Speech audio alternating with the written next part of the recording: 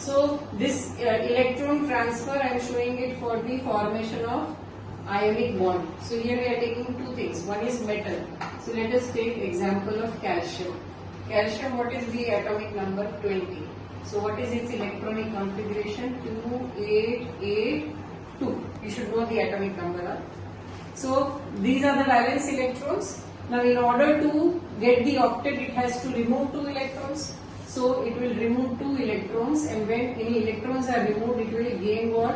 Positive charge. Now the electronic configuration becomes what? 288. Understood? Now if it wants to combine with chlorine. What is the atomic number of chlorine? It is 17, so its electronic configuration is 287. So it will require only 1 electron in order to form the octet, right? But here calcium can give 2, so it will require 1 more chlorine. So now it becomes 2 electrons. So when somebody gains electrons, some element gains electrons, it gets converted into what? Negative. Now its electronic configuration is 288. I'll add this 2 electron gets cancelled. Ca plus 2Cl gives CaCl2. Now I'll show the electron dot transfer. In electron dot transfer, we'll only draw the valence electrons. So I'll show it with 2 dots. Chlorine, how many valence electrons are chlorine? Valence मतलब आखिरी वाला.